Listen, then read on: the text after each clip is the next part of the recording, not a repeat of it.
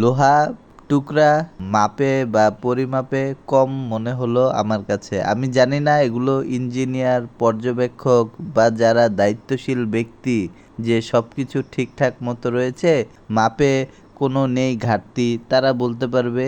আমার এসব বিষয়ে একেবারেই দক্ষ নেই, যে কারণে আমি এসব বিষয়ে সবসময় মন্তব্য করি না।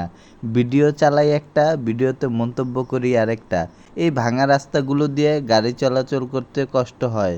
এই ভাঙা রাস্তাগুলো ঠিক করা হচ্ছে, সেখানে আমার কেন যেন মনে হচ্ছে কোনো না কোনোভাবে দায়িত্বশীলতার ঘাটতি রয়েছে, বা দায়িত্ববোধের ঘাটতি রয়েছে, বা দায়িত্ব পালনের ঘাটতি রয়েছে। আমি সবসময় বলি যে আমি তো সব কিছু জানি না যে এটা সঠিক, এটা ভুল। ব্যাস আমার যতটুকু মনে হয় আমি সবসময় ততটুকুই বলি। আমার কাছে কাছ থেকে দেখে মনে হয়েছে এগুলো পুরাতন রড, কিন্তু আমি বলতে পারবো না, কারণ আমি তো আর এইসব বিষয়ে বিশেষজ্ঞ না। মোবাইলের ক্যামেরা খারাপ, তারপরেও যতটুকু সম্ভব আমি বুঝাতে পারবো যে এগুলো নতুন রড না, এগুলো পুরাতন রড। নতুন রডের রং আর পুরাতন রডের রং দুইটা একসাথেই রয়েছে, কেউ চাইলে দেখতে পারে। এখানে পানি জমছে, কারণ এগুলো অনেক উঁচু নিচু রয়েছে। আমি জানি না এভাবে উঁচু নিচু করার নিয়ম কিনা, কিন্তু তারপরেও একই জায়গায় অনেক বেশি উঁচু, একই জায়গায় অনেক বেশি নিচু, এগুলো কোনো না কোনোভাবে ইঞ্জিনিয়ার বা অদক্ষ ইঞ্জিনিয়ার এসবের প্রমাণ বহন করে। এটা আমি যতটুকু সম্ভব বোঝানোর চেষ্টা করেছি, কিন্তু গরিব হওয়ার কারণে কখনো কখনো পাশ কেটে চলে গিয়েছি যখন বিপদের মুখোমুখি হয়েছি। তো যাই হোক, এভাবেই সবসময় চলছে। বিরিয়ানির প্যাকেট যেগুলো বলা চলে 500 টাকা থেকে 80 টাকার বিরিয়ানির প্যাকেট, আর 420 টাকা পকেটে। তো এভাবেই আমার যে মন্তব্য, রাষ্ট্র আপনি কেমন দেখেন? আমি রাষ্ট্র যথেষ্ট পরিমাণ ভালো দেখি, তবে আরও সময় লাগবে। তারপর হয়তো দেখতে পারবো যে আরও নতুন কিছু সামনে আসছে। সেটা হতে পারে ভালো কিছু, হতে পারে এর চেয়েও খারাপ কিছু। কারণ দায়িত্বশীলতা, আপনি একজন ব্যক্তির ভুল ধরতে পারেন। যখন আপনি দেখবেন পৌরসভা, সিটি কর্পোরেশন, সর্বোপরি সরকার সবাই কিছু না কিছুর পিছনে ব্যস্ত, তারা একেবারেই তাদের কাজে মনোযোগ নেই এটা বললেই চলে। কারণ তারা কাজ করছেই না। কাজ করলে ভুল ত্রুটি করে, সেটা তো মেনে নিতেই হবে। আস্তে আস্তে শিখবে, আস্তে আস্তে খুবই ভালো কিছু উপহার দিবে, কিন্তু তারা কাজ করছেই না।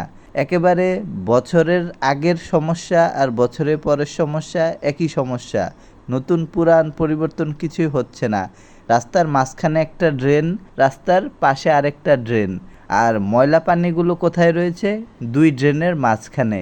এর জন্য রাস্তা আবার ড্যামেজ হচ্ছে, বা রাস্তা দিন দিন খারাপ হচ্ছে, গাড়ি চলাচল করতে করতে রাস্তা আরও ঢাল হয়ে যাচ্ছে। এগুলো ঢেকে রাখা সম্ভব, একেবারেই সম্ভব এগুলো ঢেকে রাখা, কিন্তু ঢেকে রাখা হচ্ছে না। কারণ ড্রেনের ব্যবস্থাটাই এরকম করা হয়েছে। মোবাইল কানে নিয়ে কথা বলছে, এভাবেই অটোরিকশা উঠে গেছে মেইন সড়কে বা মহাসড়কে।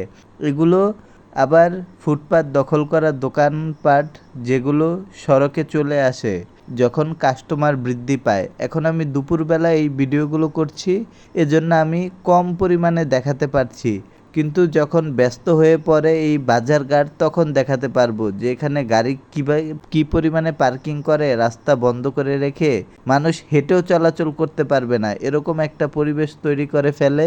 আবার এখানে ফুটপাতের দোকানও বসে। কখনো কখনো দেখা যায় যে এখান দিয়ে মানুষ যাবে, তারা যেতে দিচ্ছে না, বলছে অন্য দিক দিয়ে ঘুরে যান, এখানে ফুটপাতের দোকান রয়েছে, ক্ষতি হবে, বা এখানে গাড়ি পার্কিং রয়েছে, এখন সরানো যাবে না, এভাবে করে। ফুটপাতের দোকানগুলো দেখেন কীরকম গর্তের মধ্যে রয়েছে। এখানে একটা কাস্টমার বসে পিছন দিকে পড়ে গেলে, বা কাস্টমারের সাথে কোনো বাচ্চা থাকলে এই গর্তে পড়ে আহত নিহত হলে, শুধুমাত্র এটা একটা টিভি, পত্রিকা, রেডিওর নিউজ হয়ে থেকে যাবে, বা ব্রেকিং নিউজ বা ব্যাড নিউজ হিসেবে থেকে যাবে। কিন্তু এখানে ময়লা ফেলার কোনো ডাস্টবিন, ডাম বা কোনো ধরনের জায়গা নেই যে এখানে ময়লা ফেলবে।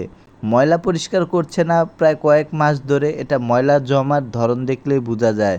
ময়লা জমতে জমতে পানির রং কালো হয়ে গিয়েছে। এগুলো হলো ফুটপাত দখল করবে সেই দোকান। এখন নতুন রাস্তা হয়েছে তাই এখানে বসে তারা মনে হচ্ছে যে নিরিবিলি একটা ব্যবসা করে পরিবার চালানোর চেষ্টা করছে। আসলে এটা একেবারেই না। তারা মূলত অর্থ দিচ্ছে রাজনৈতিক নেতাদেরকে ফুটপাতে বসে। যদি সারা দেশে 1 কোটি ফুটপাতের দোকান বসে রাস্তা দখল করে, সেই 1 কোটি ফুটপাতের অবৈধ দখল করা দোকানের অবৈধ চাঁদা রাজনৈতিক নেতাদের হাতে যায়। তারা আবার সেটা বিদেশে পাচার করে বিদেশে দ্বৈত নাগরিকত্ব থাকা রাজনৈতিক নেতারা দেশে শিক্ষা, চিকিৎসা, ব্যাংকিং ব্যবস্থাপনা, বৈধ ব্যবসা ব্যবস্থাপনা ধ্বংস করে দিয়ে পরিবার নিয়ে বিদেশে চলে যায় আমাদের উপর ব্যর্থতা ও রাষ্ট্রীয় ঋণ চাপিয়ে দিয়ে। এই দোকানগুলো যদি কোনো মার্কেটে হতো তাহলে তারা ট্যাক্স দিত রাষ্ট্রকে। রাষ্ট্র সেই ট্যাক্সের টাকায় বিভিন্ন রাষ্ট্রীয় কাজ করতে পারত বা বিভিন্ন প্রজেক্ট ও উন্নয়নমূলক ও নিঃস্বার্থভাবে সেবা দিতে পারত নাগরিকদেরকে মুনাফা না নিয়ে। এরকম অনেক কাজ তারা করতে পারত। এভাবে তারা একটা অবৈধ ব্যবস্থাপনা টিকিয়ে রেখে বৈধ রাষ্ট্রীয় ব্যবস্থাপনা ধ্বংস করে ফেলছে। সেটা যেমন বিদেশ থেকে কেউ লেখাপড়া করতে বাংলাদেশে আসে না, কেউ আসে না বিদেশ থেকে চিকিৎসা নিতে বাংলাদেশে, কেউ আসে না উন্নত আরামায়েশের নিরাপদ শৃঙ্খল জীবনযাপন করতে বাংলাদেশে। সবাই দেশ থেকে বাইরে চলে যায় চিকিৎসার জন্য, শিক্ষার জন্য, নিরাপদ আরামায়েশের ভোগবিলাসের জীবনযাপনের জন্য। এ থেকেই বোঝা যায় রাষ্ট্রকে তারা কি উপহার দিচ্ছে আর রাষ্ট্র থেকে সাধারণ নাগরিকরাই রাজনৈতিক নেতাদের দ্বারা কি উপহার পাচ্ছে। অবৈধ ফুটপাতের দোকান, অটোরিকশা, আপনার আমার বাসা থেকে যে সকল কাপড় চুরি হয় সেগুলোই এই ফুটপাতের দোকানগুলোতে অল্প মূল্যে বিক্রি হয়। এই অল্প মূল্যে বিক্রি হওয়া কাপড় চোপড়ের কারণে মার্কেটের ট্যাক্স দেওয়া ভালো কাপড় চোপড় বেশি দামে বিক্রি করতে গেলে ভোগান্তির শিকার হতে হয় দোকানদারদের, দোকানের মালিকদের বা বৈধ যে ব্যবসা ব্যবস্থাপনা তাদেরকে। কারণ ফুটপাতে একই কাপড় ব্র্যান্ডের কম দামে পায়, যদিও সেটা চুরি করা হয়ে থাকে, সেজন্য তারা কম দামে কাপড়, জুতা ও বিভিন্ন পণ্য পায় ফুটপাত থেকে কম মূল্যে, যেটাকে বলে চোরাই পণ্য। আর মার্কেটে ট্যাক্স দেওয়া থাকে, দোকান ভাড়া থাকে বা বিভিন্ন ধরনের ব্যবসার প্রাসঙ্গিক খরচ থাকে, সেজন্য তারা একটা স্বল্প মুনাফা করে যে দাম ধরে পণ্যের, সেটা ফুটপাত থেকে কেনা পণ্যের সাথে ক্রয় মূল্য তুলনা করলে তাদের কাছে বৈধ মার্কেট থেকে পণ্য ক্রয় করতে বেশি লাগে বা তারা ভয় করে যে আরে মার্কেটে গেলেই তো বেশি টাকা লাগবে পণ্য কিনতে। আসলে মার্কেটের টাকাটা বৈধ, রাষ্ট্র পাচ্ছে সেই মার্কেট থেকে ট্যাক্স বা সেই পণ্য থেকে ট্যাক্স। তো সে কারণেই আবার একটা বৈধ শ্রমজীবী পরিবেশ তৈরি হয়।